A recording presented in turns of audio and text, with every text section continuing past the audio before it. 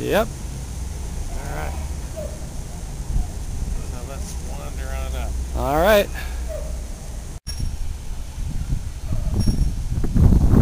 It is pretty cool. The first cannon ever to be brought to America.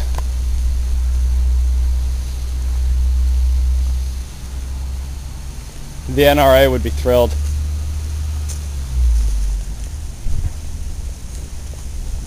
Well, visitors must use the entrance. On the opposite side of the building. Oh, got a nice 360.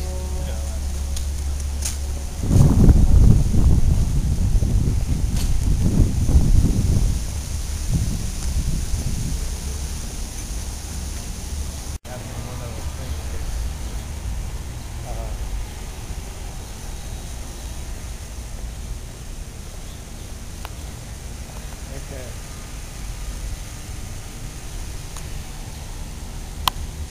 No, I'm not gonna just walk up to it.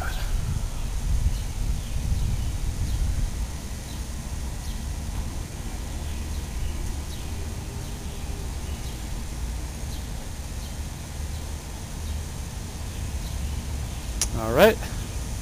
He can all. Man, I love seeing these. So this would be from the entrance. Yeah, this is from the entrance. Coming in, he would be walking along here probably right before he gives his funeral address. Did they say the last room on the left? He said it happened from this very building, and I wasn't. I was getting my stuff. I thought you were paying attention.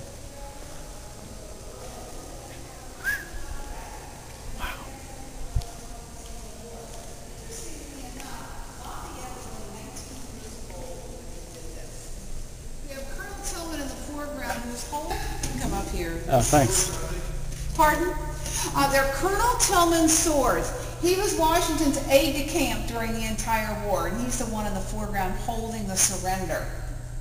And as if you're going around doing your whole colonial thing with all the different, even maybe going to Williamsburg, look at all these paintings, and a lot of times you don't see all of their limbs, but you know the expression. It's so expensive, it costs an arm and a leg. That actually evolved from portrait painting. It was a lot cheaper to have a portrait painted. You just eliminated a limb. So all those things that we've said all along and heard our grandparents all do have a reason. The building is Georgian architecture, and that's something that Annapolis really has a lot of five-part Georgian homes for such a small town. And if you've ever wondered why, well, basically because after the Revolution, this fell into a very sleepy little town. The harbor silted over, and the ships from Europe could not come in anymore. They bypassed Annapolis, went on up into Baltimore, and that is the deep water port that we still know today. So,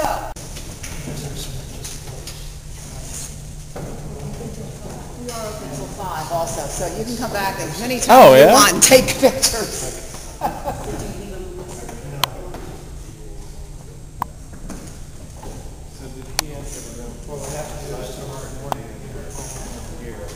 Out the side door. That's a committee room back there where he waited for them to call him back. Out.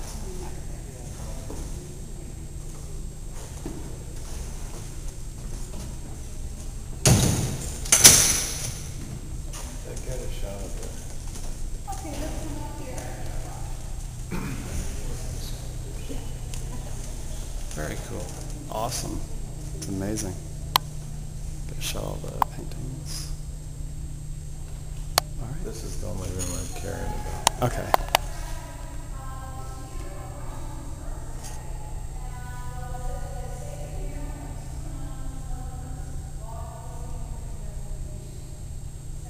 Okay. The approximate dimensions of the room are,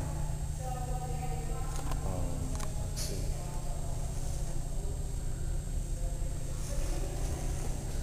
I would say it's about 40 feet long. Yeah, it's almost a square. Yeah, it's almost 40 by 40. But I feel it's longer this way than it is this way. So Each of these windows are 4 feet, so it's 1, 2, 3, 4, and then 4 feet in between. So we're at 32 by 32. About. Yeah. Yeah. Okay. And that's not including the sitting section fully. Now, that spot on the floor, there is a plaque on the floor next to his feet. Can you get that from over here? Yeah, totally. It's, oh, I see it, all right. There we go, got it. Yeah. Okay, that is where Exactly he where actually he stood. stood. When he was giving his farewell speech, Right. and that's the president's chair. And so you can see the spot is, oh, what would you say, it's like 7, maybe Now 8 we feet? want to get a list of the men and women who were in attendance. The room were early governors of Maryland and were also painted by Charles Wilson Pale, P-E-A-L-E. From left to right, beginning the portrait, right to the fireplace, they depict. Right to the fireplace, boom. That. John Hoskins Stone. Over here, we have William Smallwood, John Edgar Howard, William Paca. And those are all the paintings.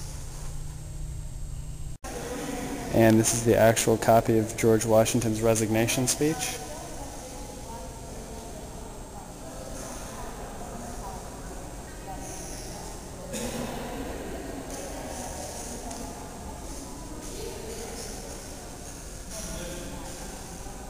On the paper, it looks as if somebody either wrote on the back, and if they didn't write on the back, then maybe ink bled through or something, but it definitely looks like there's an outline of wording on the back, just for notes.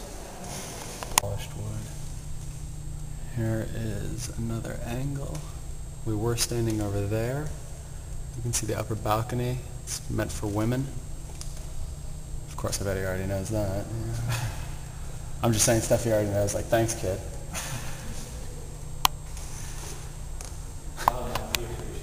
I know. Everything was going on. We're going to have to go get new batteries for this bad boy. Unless you have something that takes double A's on you. No, triple A's. So close and yet so far. Okay. Baby, go.